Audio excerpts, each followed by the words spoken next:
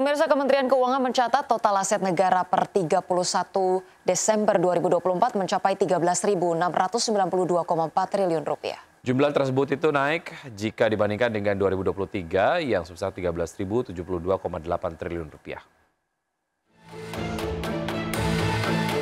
Menteri Keuangan Sri Mulyani Indrawati mengungkapkan total aset negara mencapai 13.692,4 triliun rupiah per 31 Desember 2024.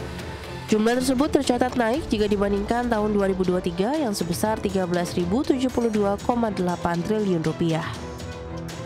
Dalam rapat paripurna DPR RI, Menkyu Sri Mulyani menegaskan kekayaan bersih negara dan kapasitas fiskal tetap terjaga dan diandalkan untuk menopang kebutuhan pembangunan nasional secara berkelanjutan.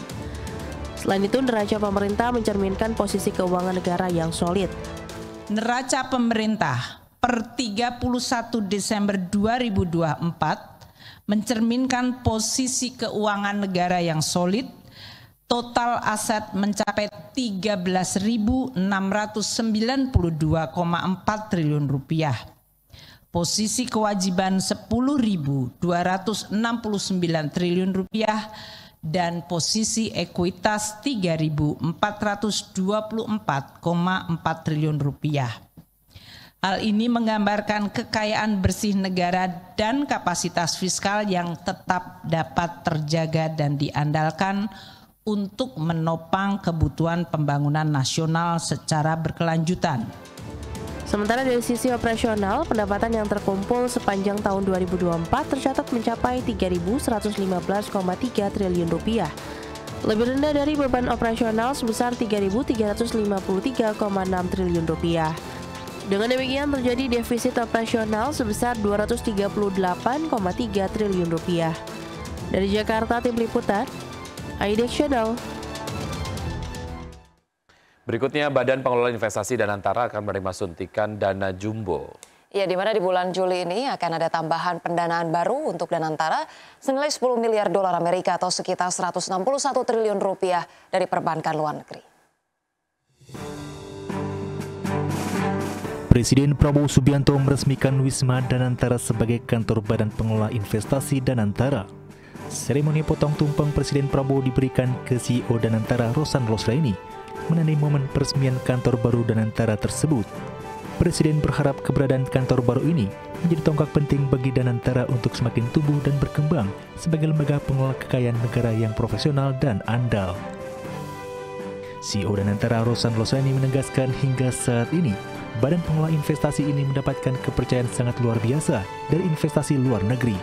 Tercatat setelah diluncurkan pada akhir Februari 2025 lalu, Danantara sudah berhasil menekan kerjasama investasi bersama dengan beberapa negara seperti Qatar, Rusia, China, hingga Australia. Dengan total nilai investasi menembus 7 miliar dolar Amerika Serikat atau sekitar 112,7 triliun rupiah. Di sisi lain, CEO Rosan juga menegaskan Danantara Indonesia saat ini mengelola aset lebih dari 1 miliar dolar Amerika Serikat dan menaungi 889 badan usaha milik negara strategis. Ini menjadi tanggung jawab bersama semua pihak dalam Danantara. Terbaru di bulan Juli 2025 ini, Danantara akan menerima suntikan tambahan pendanaan baru senilai 10 miliar dolar Amerika Serikat atau sekitar 161 triliun rupiah dari perbankan luar negeri. Dari Jakarta, Tim Liputan IDX Channel.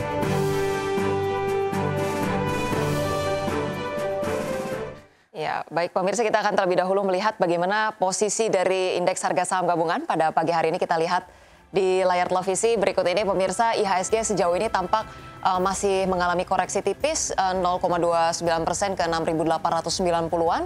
Kemudian ada top gainers dari KRYA, Mina, Uang, SMDM dan juga PTMP. Oke, berikutnya ada stop losers, ada Mina, kemudian juga ada BBRI, MBMA dan juga PTMP. Ini kemudian terus, ini adalah top 5 dengan frekuensi perdagangan tertinggi begitu ya. Baik. Kita juga akan melihat begitu ya informasi-informasi lainnya yang kita bisa lihat. Nah, ini tadi kalau ada sejumlah saham yang menjadi top gainers dan juga top 5 frequently gitu ya yang ditradingkan. Ini ada top losersnya datang dari BCIP, kemudian Raja Roti Cemerlang, Radian Utama, kemudian Mine, berdikari, ISSP, Arto, dan juga Harta. Oke, cyclical menjadi sektor yang menguat paling signifikan, sementara itu sektor yang melemah paling signifikan adalah sektor non-cyclic yang melemah sejauh ini 0,45%.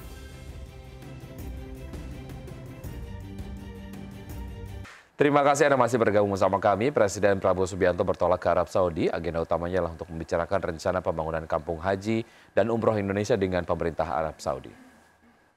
Ia bertolak ke Jeddah, Arab Saudi. Presiden Prabowo akan bertemu dengan pemerintah dan otoritas kerajaan Arab Saudi untuk mempertegas rencana pembangunan pemukiman atau perkampungan haji dan umroh Indonesia.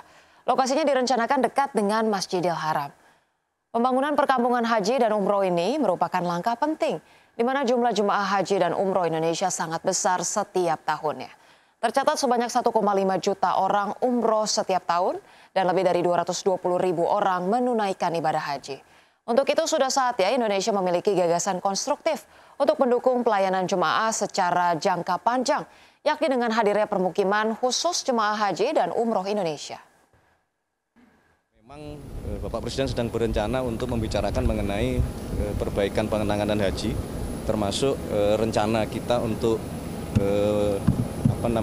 memiliki sendiri kampung haji di Arab Saudi supaya ini waktunya bertepatan sekali dengan selesainya penyelenggaraan haji sehingga cukup waktu supaya kita penyelenggaraan tahun haji yang berikutnya akan jauh lebih. Ya baik pemirsa, 60 menit sudah kami menemani Anda dalam Market Buzz. Semoga pembahasan hari ini dapat menjadi referensi dan sumber informasi untuk Anda. Terus baru informasi Anda hanya di IDX Channel, your trustworthy and comprehensive investment reference. Jangan lupa untuk menyaksikan program First Session Closing yang akan tayang pada pukul 12.00 waktu Indonesia bagian Barat. Karena urusan masa depan harus terdepan. Aku investor saham, saya Wiki Adrian. Dan saya Rosalyn Chiu, pemirsa kami pamit undur diri. Terima kasih dan sampai jumpa.